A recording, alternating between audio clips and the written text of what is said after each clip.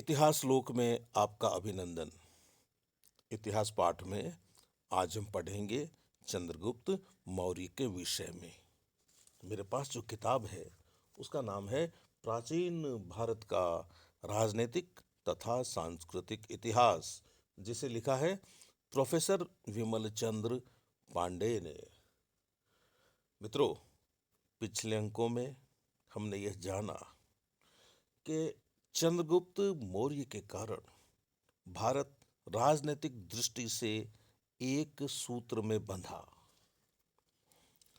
पिछले अंकों में हमने यह भी जानने की कोशिश की कि चंद्रगुप्त मौर्य की जाति क्या थी।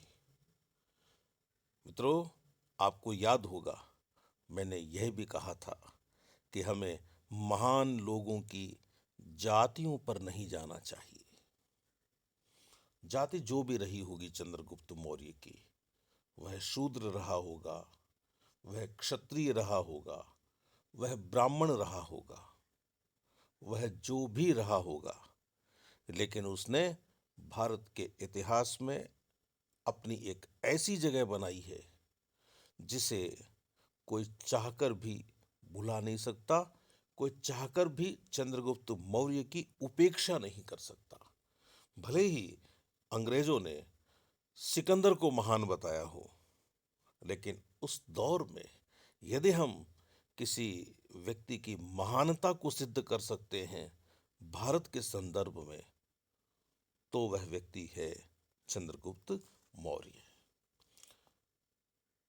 एक परंपरा चल पड़ी है, एक व्यवस्था हो गई है इतिहास के ग्रंथों की कि उसमें शासकों की जातियों का जिक्र होता है। इन जातियों का जिक्र यदि तत्कालीन समाज की स्थिति को समझने के लिए होता है तो कोई दिक्कत नहीं है, लेकिन यदि हम इन जातियों का जिक्र केवल इसीलिए करें कि हमें जातियों का जिक्र करना चाहिए, तो मैं उसे ठीक नहीं समझता। इस अंक में भी चंद्रगुप्त मौर्य की जाति का जिक्र होगा। अब तक हमने कुछ यूनानी स्रोतों की बात की, कुछ साहित्यिक ग्रंथों की बात की, और आज हम बात करेंगे चाणक्य द्वारा लिखे हुए, कौटिल्य द्वारा लिखे हुए अर्थशास्त्र की। वह भी एक साहित्यिक ग्रंथ है और हमें जानना चाहिए कि अपने साहित्य में चाणक्य ने या कौटिल्य ने चंद्रगुप्त की जाति के विषय में क्या लिखा है। नाम तो अर्थशास्त्र है, लेकिन आप जानते हैं कि यह एक राजनीति विज्ञान का ग्रंथ है।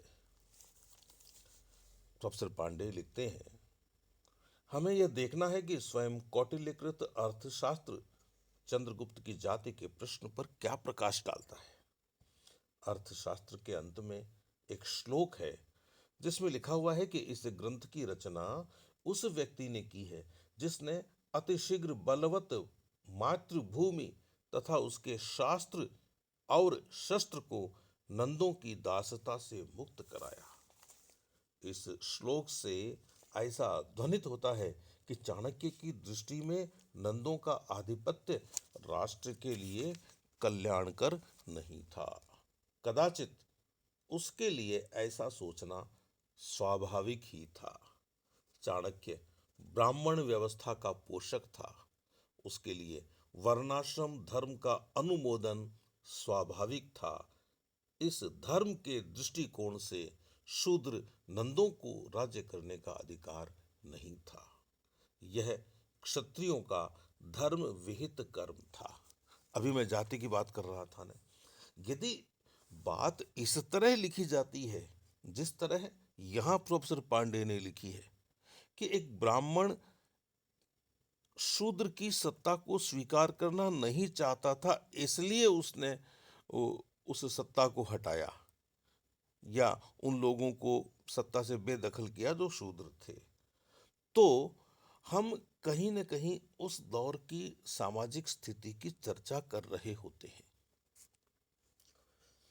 आगे लिखते हैं प्रोफेसर पांडे के धर्म के दृष्टिकोण से शूद्र नंदों को राज्य करने का अधिकार नहीं था। यह क्षत्रियों का धर्म विहित कर्म था। अतः नंदों के नाश करने के पीछे जहां चाणक्य के व्यक्तिगत द्वेष और प्रतिशोध की भावना काम कर रही थी, वहीं वर्णाश्रम धर्म की पुनः प्रतिष्ठा करने की भावना भी थी। अतः यह अनुमान नितांत असंगत प्रतीत होता है कि शूद्र नंदों का विनाश कर चाणक्य ने पुनः अन्य कोटि के शूद्रों को सिंहासनासीन किया होगा। अब यहाँ आकर बात बदल जाती है। पांडे कहते हैं कि यदि यही बात थी कि चाणक्य शूद्रों को हटाना चाहता था, तो फिर उनको हटाकर वह शूद्र को ही क्यों गद्दे पर बिठाता। अपने अपने तर्क हैं, लेकिन यदि आप अर्थशास्त्र का गहराई से अध्ययन करेंगे तो अनेक बिंदु ऐसे आएंगे जहां कौन किस जाति में जन्मा है और कौन किस तरह के कर्म कर रहा है, इस आधार पर चीजें बदलती दिखाई देती हैं। यदि चंद्रगुप्त शूद्र रहा होता तो चाणक्य कभी उसे राजसत्ता ने देता। राज्य देने के पूर्व ब्राह्मण व्यवस्थाकार ने चंद्रगुप्त के गुण और शील के साथ साथ उसकी कुलीनता की भी परीक्षा कर ली होगी। मैं तो नहीं समझता कि चाणक्य जैसा व्यक्ति कभी ऐसा भी सोचता होगा कि यदि इस वीर का, इस योग्य व्यक्ति का कुल निम्न है तो इसे गद्दी नहीं देनी चाहिए। मैं तो नहीं समझता कि चाणक्य ने कभी ऐसा सोचा होगा। सोचा होगा, लेकिन मुझे नहीं लगता। इस प्रकार परोक्ष रूप से अर्थशास्त्र चाणक्य की कुलीनता की ही सूचना देता है। अर्थशास्त्र में एक स्थल पर कहा गया है कि जनमत अभिजात दुर्बल नरेश का तो आदर करता है, किंतु अनभिजात बलवान का नहीं। इससे स्पष्ट है कि यदि चंद्रगुप्त अनभिजात यानी निम्न जातीय होता तो उसका महामंत्री उसके विरुद्ध कभी इस प्रकार का कथन न करता।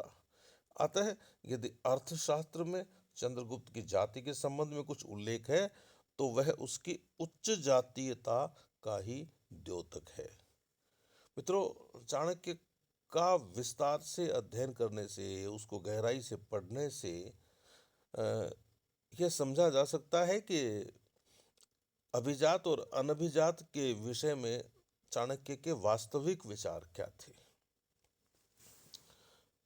चंद्रगुप्त की जाति के विषय में ब्राह्मण साहित्य से उपलब्ध होने वाले संपूर्ण उल्लेख और विवरण यदि हम देखें तो निष्कर्ष निकलता है कि पुराणों और अर्थशास्त्र के अतिरिक्त प्रायः प्रत्येक ग्रंथ में अविश्वसनीय बातें भरी पड़ी हैं। जहाँ तक पुराणों और अर्थशास्त्र का प्रश्न है, इनमें कहीं एक भी संकेत नहीं मिलता जिसके आधार पर चंद्रगुप्त को शूद्र कहा जा सके। अन्य तीन ग्रंथ मुद्रा राक्षस, कथा सरित सागर और बृहत कथा मंजरी तथा दोनों टीकाएं रत्नगर्भ की विष्णु पुराण पर टीका और ढूंढीराज की मुद्रा राक्षस पर टीका बहुत बाद की रचनाएं हैं। चंद्रगुप्त के जीवन काल से सैकड़ों वर्ष दूर होने के कारण ये लेखक वास्तविकता से बहुत कुछ अभिज्ञ थे। पुनः इन लेखकों के विवरण परस्पर विरोधी भी हैं। एक और पुराण नंदों को शूद्र मानते हैं, परंतु चंद्रगुप्त की जाति के विषय में कोई उल्लेख नहीं करते। वहीं दूसरी ओर मुद्रा राक्षस है जो नंदों को अभिजात वर्गीय और चंद्रगुप्त को निम्न वर्गीय बताता है। पुराण 9 नंदों से परिचित हैं, 9 परंतु मुद्रा राक्षस ने एक 10वें नंद सर्वार्थ सिद्धि का भी उल्लेख किया है। कथा सरित सागर और वृत्त कथा मंजरी में न 9 नंदों का वर्णन है और न 10वें सर्वार्थ सिद्धि का वर्णन है।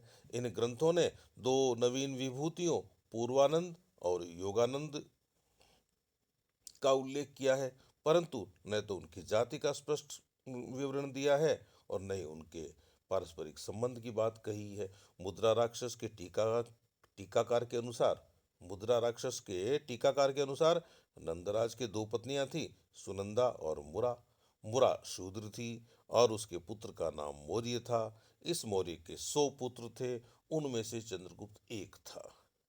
इस प्रकार चंद्रगुप्त नंदराज का पौत्र सिद्ध होता है, जो समस्त अनुश्रुतियों के सर्वथा प्रतिकूल है।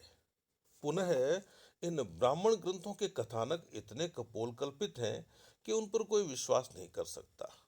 स्थान स्थान पर दंत कथाएं आती हैं, जिनमें इतिहास का कोई अंश दिखाई नहीं देता।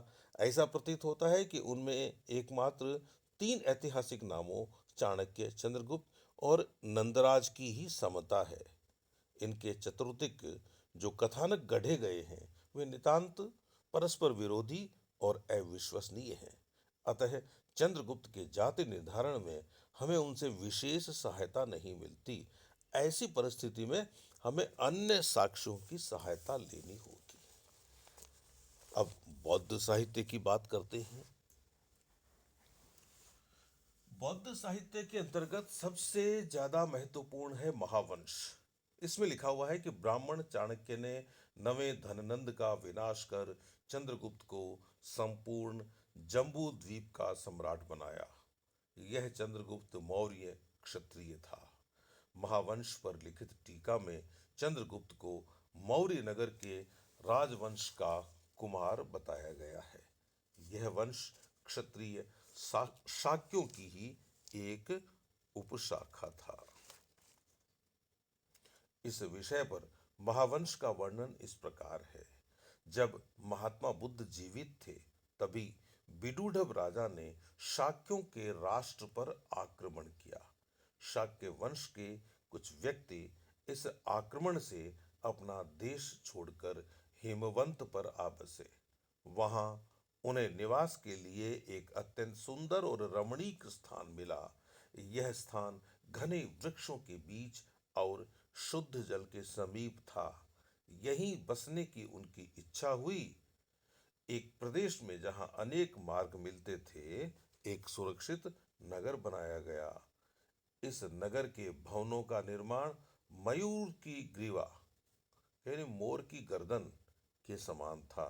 पुनः यह नगर मयूर ध्वनि से प्रतिध्वनित रहता था, इसीलिए इस नगर का नाम मयूर नगर पड़ा और इसीलिए इस नगर के निवासी और उनकी संतान जम्बू द्वीप में मौर्य कहलाई। इस समय से उन्हें मौर्य कहा जाने लगा। इस विवरण से भी चंद्रगुप्त का क्षत्रिय होना सिद्ध होता है। चंद्रगुप्त को क्षत्रिय बताने वाले अन्य बौद्ध ग्रंथ भी हैं।